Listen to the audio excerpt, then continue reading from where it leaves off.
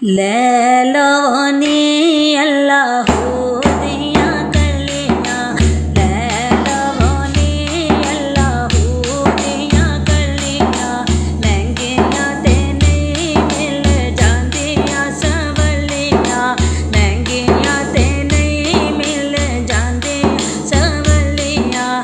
ਨਾ ਮੈਂ ਕਲੀਆਂ ਇੱਥੇ ਵੇਚਾਂ, ਨਾ ਮੈਂ ਕਲੀਆਂ ਉੱਥੇ ਵੇਚਾਂ, ਨਾ ਮੈਂ ਕਲੀਆਂ ਇੱਥੇ ਵੇਚਾਂ, ਨਾ ਮੈਂ ਕਲੀਆਂ ਉੱਥੇ ਵੇਚਾਂ। ਜਾ ਵੇਚਾਂ ਮਦੀਨੇ ਪਾਕ ਦੀਆਂ ਗਲੀਆਂ, ਜਾ ਵੇਚਾਂ ਮਦੀਨੇ ਪਾਕ ਦੀਆਂ ਗਲੀਆਂ, ਲੈ ਲਵੋ ਨੀ ਅੱਲਾਹੂ ਦੀਆਂ ਕਲੀਆਂ, ਲੈ ਲਵੋ ਨੀ ਅੱਲਾਹੂ ਦੀਆਂ ਕਲੀਆਂ। ਇਸ ਕਲਮੇ ਦੇ ਰਾਜ਼ ਨਿਆਰੇ ਨੇ, ਇਸ ਡੁੱਬਦੇ ਬੇੜੇ ਤਾਰੇ, ਇਸ ਕਲਮੇ ਦੇ ਰਾਜ਼ ਨਿਆਰੇ ਨੇ, ਇਸ ਡੁੱਬਦੇ ਬੇੜੇ ਤਾਰੇ। ਸਾਨੂੰ ਦੱਸਿਆ ਕਮਲੀ ਵਾਲੇ ਨੇ, ਸਾਨੂੰ ਦੱਸਿਆ ਕਮਲੀ ਵਾਲੇ ਨੇ, ਪੜ੍ਹਿਆ ਕਰੋ ਅੱਲਾਹੂ ਦੀਆਂ ਲੜੀਆਂ, ਪੜ੍ਹਿਆ ਕਰੋ ਅੱਲਾਹੂ ਦੀਆਂ ਲੜੀਆਂ, ਲੈ ਲਵੋ ਨੀ ਅੱਲਾਹੂ ਦੀਆਂ ਕਲੀਆਂ, ਲੈ ਲਵੋ ਨੀ ਅੱਲਾਹੂ ਦੀਆਂ ਕਲੀਆਂ।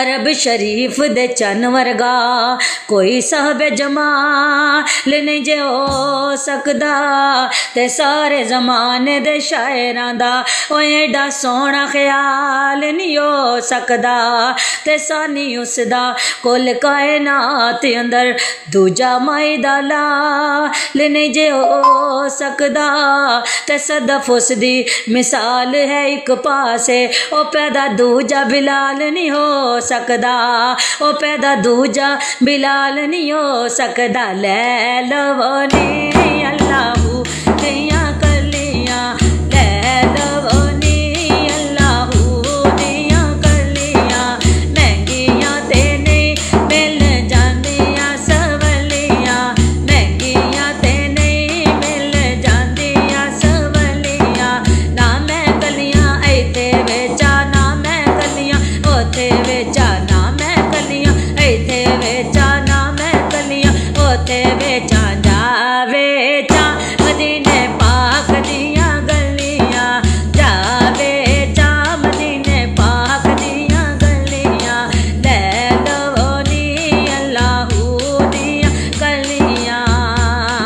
ਤੇ ਸਬਜ਼ ਗੁੰਬਦ ਨੂੰ ਕਿਸੇ ਨੇ ਸਵਾਲ ਕੀਤਾ, ਤੇਰਾ ਰੰਗ ਕਿੰਨਾ ਸਾਵਾ ਏ, ਤੇਰੇ ਅੰਦਰ ਕਿਹੜੀ ਖੂਬੀ ਏ, ਉਹ ਤੈਨੂੰ ਹਰ ਕੋਈ ਤੱਕਣ ਵਾਲਾ ਏ। ਸਬਜ਼ ਗੁੰਬਦ ਨੇ ਮੁੜ ਕੇ ਜਵਾਬ ਦਿੱਤਾ, ਮੇਰਾ ਰੁਤਬਾ ਬੜਾ ਹੀ ਆਲਾ ਏ, ਉਹ ਮੈਨੂੰ ਸਾਰੀ ਇਹ ਦੁਨੀਆ ਤਾਂ ਤੱਕਦੀ, ਉਹ ਮੇਰੇ ਅੰਦਰ ਜ਼ੁਲਫਾਂ ਵਾਲਾ ਏ, ਉਹ ਮੇਰੇ ਅੰਦਰ ਜ਼ੁਲਫਾਂ ਵਾਲਾ ਏ। ਲੈ ਲਵੋ ਨੀ ਅੱਲਾਹੂ ਦੀਆਂ ਕਲੀਆਂ, ਲੈ ਲਵੋ ਨੀ ਅੱਲਾਹੂ ਦੀਆਂ ਕਲੀਆਂ, ਮਹਿੰਗੀਆਂ ਤੇ ਨਹੀਂ ਮਿਲ ਜਾਂਦੀਆਂ ਸਵਲੀਆਂ, ਮਹਿੰਗੀਆਂ ਤੇ ਨਹੀਂ ਮਿਲ ਜਾਂਦੀਆਂ ਸਵਲੀਆਂ, ਲੈ ਲਵੋ ਨੀ ਅੱਲਾਹੂ ਦੀਆਂ ਕਲੀਆਂ। ਤੇ ਮੱਖੀ ਸ਼ਹਿਦ ਦੀ ਇੱਕ ਦਿਨ ਕਹਿਣ ਲੱਗੀ, ਦੱਸਾਂ ਸ਼ਹਿਦ ਕਿਵੇਂ ਉਹ ਮਿੱਠਾ ਕਰਨੀ ਆ, ਰਸ ਚੂਸ ਕੇ ਸਾਰਿਆਂ ਫੁੱਲਾਂ ਦਾ ਮੈਂ ਖੱਗੇ ਦੇ ਵਿੱਚ ਰੱਖਨੀ ਆ, ਤੇ ਜਦੋਂ ਅੱਲਾ ਪਾਕ ਦਾ ਮੈਨੂੰ ਹੁਕਮ ਹੋਵੇ ਤੇ ਮੂੰਹ ਸ਼ਹਿਰ ਮਦੀਨੇ ਵੱਲ ਕਰਨੀ ਆ, ਤੇ ਫਿੱਕਾ ਸ਼ਹਿਦ ਵੀ ਮਿੱਠਾ ਹੋ ਜਾਂਦਾ, ਉਹ ਜਦੋਂ ਦਰੂਦ ਹੁਜ਼ੂਰ ਤੇ ਪੜ੍ਹਨੀ ਆ, ਉਹ ਜਦੋਂ ਦਰੂਦ ਹਜ਼ੂਰ ਤੇ ਪੜ੍ਹਨੀ ਆ। ਲੈ ਲਵੋ ਨੀ ਅੱਲਾਹੂ ਦੀਆਂ